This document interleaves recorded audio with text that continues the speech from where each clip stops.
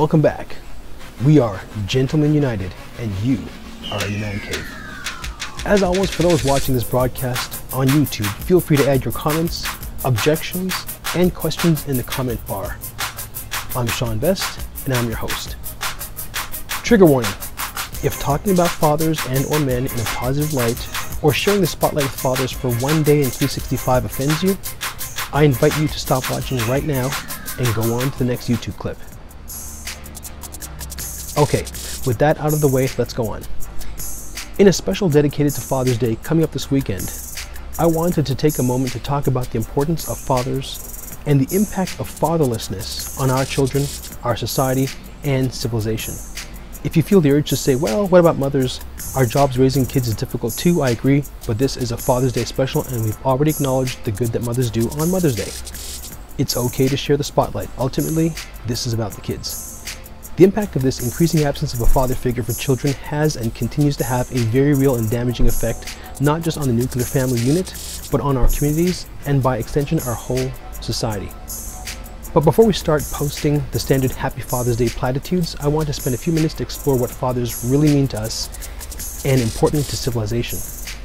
It's important that we take a moment to understand the importance of fathers for all children, facts and figures. 63% of youth suicides are from fatherless homes. 90% of all homeless and runaway children come from homes where the father is not present. 85% of all children who show behavior disorders have no father in the home, and 80% of rapists with anger problems come from fatherless homes. 71% of all high school dropouts come from homes where the father is not there. 85% of all youths in prison come from fatherless homes. Please do not take my word for it. References for all these stats are in the low bar below. Look for yourself. Poverty and health. Children of fatherless homes are more likely to be poor, become involved in drug and alcohol abuse, and suffer from health and emotional problems. Children living in female-headed families with no spouse present had a poverty rate of 47.6%, over 4 times the rate in married couple families. Take a look at this clip. Educational achievement. Children living with their married biological father tested at a significantly higher level than those living with a non-biological father. Father involvement in schools is associated with the higher likelihood of a student getting mostly A's. This was true for fathers in biological parent families, for stepfathers, and for fathers heading single parent families.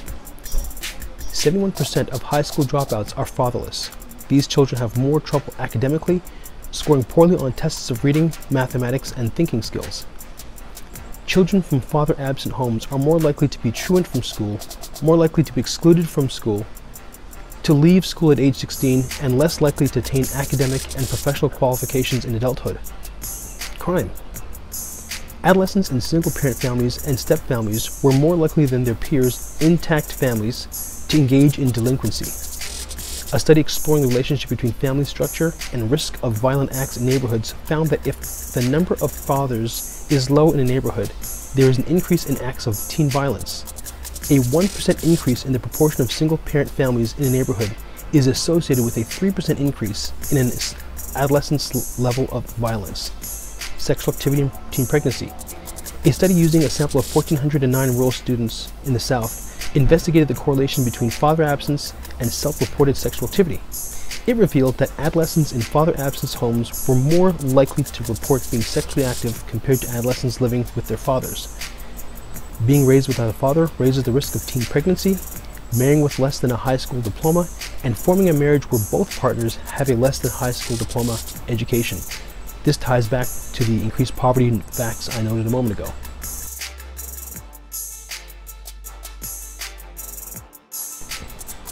Okay, lots of bad news. Like all things in nature, there is a healthy balance that is maintained by all living creatures. Removing one destabilizes nature. Now the good stuff. In Dr. Warren Farrell's lecture at the University of Toronto in 2012, see the iCard here for the clip on this lecture, he talked about different parenting styles between mothers and fathers, essentially empathy versus boundaries. He states that children learn empathy for others from their fathers. Counterintuitive? Fathers are more likely to not only set but enforce boundaries. What does that teach children? Children with involved fathers are more likely to learn and display empathy. Why? When children are only empathized with, they tend to think only of themselves. How empathy applies to them, they tend not to demonstrate empathy as it relates to others. This is also referred to as self-centered, narcissistic behavior. Examples of learning and demonstrating empathy. When you see YouTube clips of people falling onto tracks at a subway station, what is the sex overwhelmingly of the person who jumps in to save the total stranger? Dr. Farrell says that enforcing boundaries forces children to think of the consequences of their actions on others when those boundaries are crossed, to understand the concept of accountability. Enforcing those boundaries when crossed is what fathers do and how the lessons are learned. The absence of boundaries, oh, it's okay, I'll let it pass this time, encourages children to push the envelope, to become more self-centered, to see what else and how much they can get away with, because they see that the boundaries can be negotiated.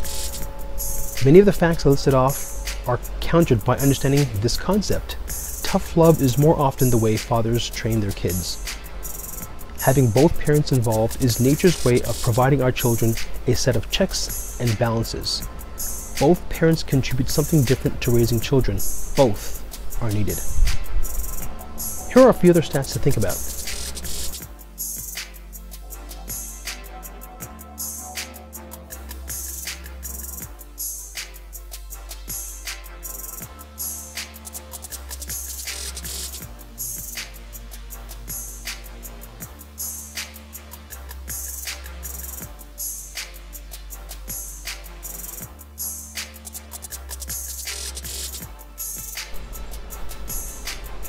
I felt that it was truly important to understand the value that fathers bring to their children and how that affects our broader society and, by extension, civilization as a whole.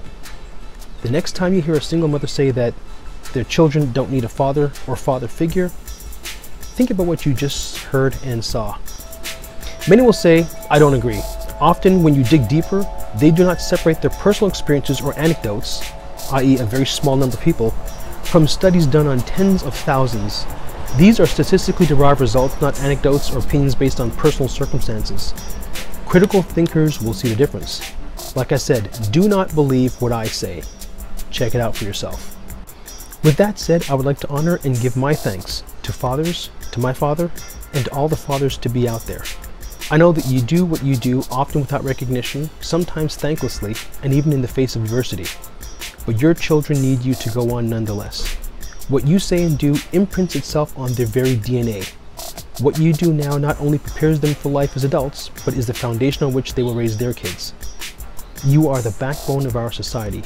You are sorely needed and deeply appreciated. We thank you. Our children need you. I want to personally wish each and every one of you a very happy and blessed Father's Day. Red Pill Challenge. For the next 24 hours, I challenge each and every one of you, especially those with sons, to take a mental note when you watch the news, your favorite TV shows, YouTube clips, or commercials. Keep a running count of the number of instances where men are not portrayed as buffoons, the big child, threatening or dangerous, jerks or sociopaths, emasculated or nerdy. Feel free to add your observations in the comment bar, but more importantly, consider what message this sends your sons and the future fathers in our world. You've got your homework. If you enjoyed this show and want to see more, join our public Facebook group called The Man Cave by Gentlemen United. All of our shows, tons of additional content and invitations to future shows are posted there. You can add to the conversation and suggest future discussion topics you'd like to see us tackle. Please like, comment, share, and subscribe by clicking the Gentlemen United icon right here. If you enjoyed the show and want to see more, click here. Thanks again for joining Gentlemen United in the Man Cave. Enjoyed the show? Like, share, and subscribe. And thanks for joining us in the Man Cave.